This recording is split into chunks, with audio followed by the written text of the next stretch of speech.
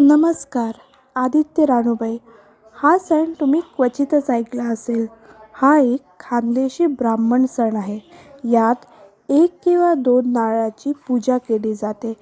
हा सण सूर्यास्तानंतर साजरा केला जातो.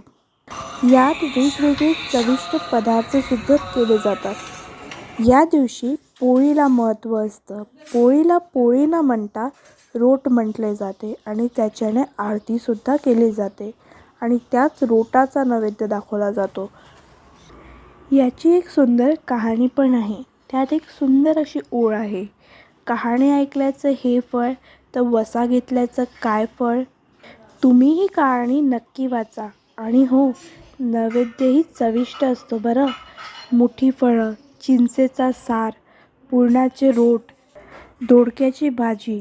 ऐकायला थोडे पदार्थ हे विचित्र वाटतात, पण हे याच दिवशी चविष्ट लागतात.